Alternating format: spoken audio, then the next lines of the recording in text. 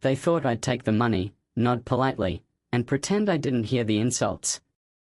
That I'd play nice, sign the papers, and smile through it. But you know what?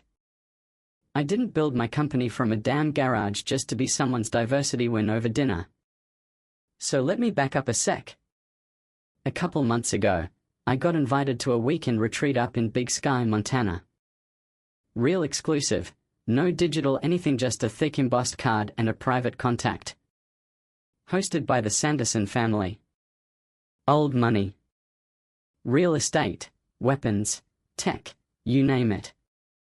And now they wanted a piece of Visceral YFTMY company. AI-powered freight optimization.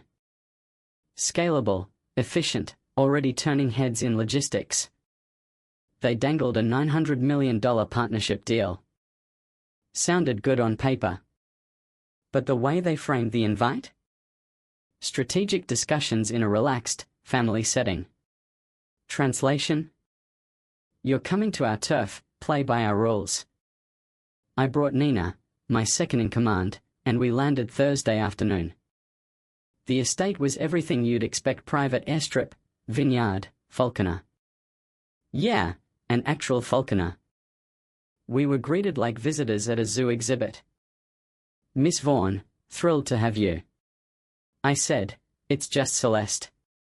Didn't matter. They already had me in a box. Lunch was on the deck. Designer everything, polished smiles, laughter just loud enough to sound elite. When I stepped up, conversation didn't stop at tilted. That familiar hush. Alice Sanderson Sr., Silver Fox, and full-time power broker, looked me over like I was an unexpected package.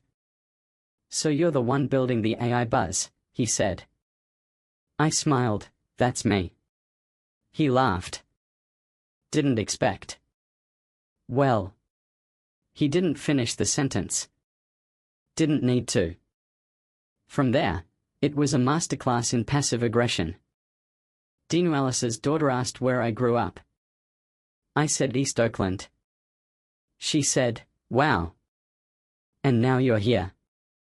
That's quite a leap. Bradley, the heir apparent, cornered Nina and asked if I was tough on staff, like he assumed she was my assistant and I was a character from Devil Wears Prada. The whole thing reeked of polite condescension soaked in Pinot Noir. Then there was Trent, one of the cousins, who leaned across the pool table that night and said, I gotta admit, when Brad told me the CEO of Vistalift was you, I pictured someone different. Older, maybe a guy. Definitely not someone who could rock heels and EBITDA. I laughed. Not because it was funny, but because I needed to keep from flipping the damn table. Later that night, back in the guest suite, Nina looked at me and said, we can leave right now.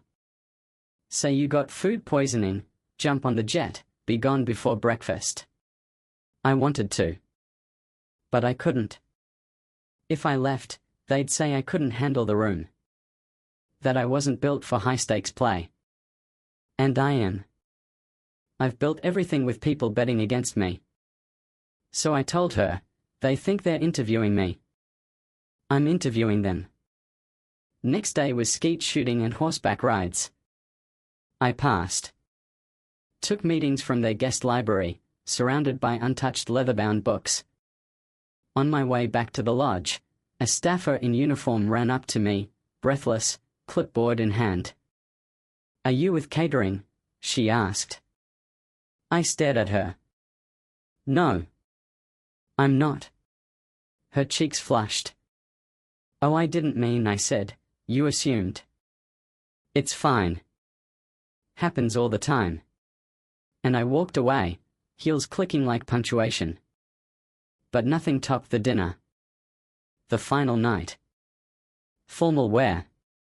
Long oak table. Candlelight and assigned seats.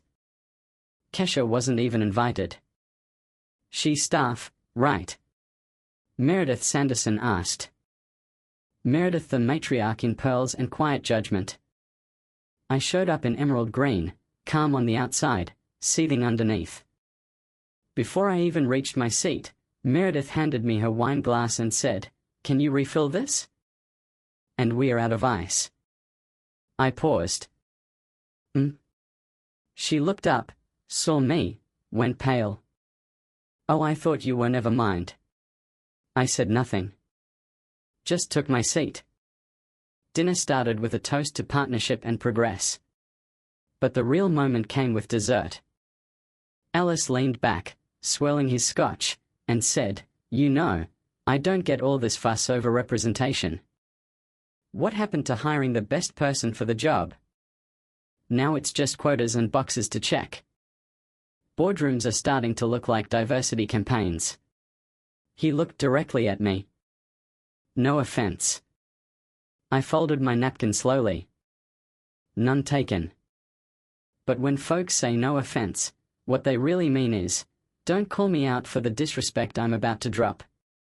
He smiled, like I was being cute. I'm just saying what everyone's thinking. Then here's what I'm thinking, I said. I didn't build Vistalift for show.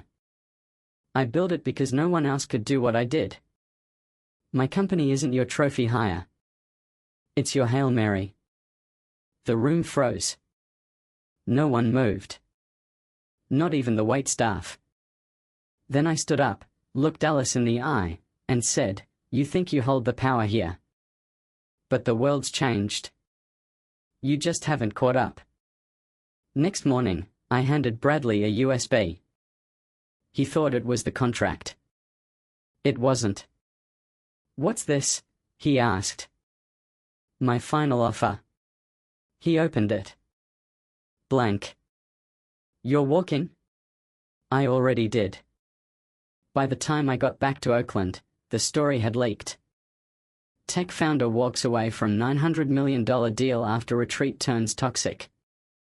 I didn't say a word. Didn't need to. The silence said everything. So let me ask you, if you were in my shoes, would you have stayed? Or would you have walked too?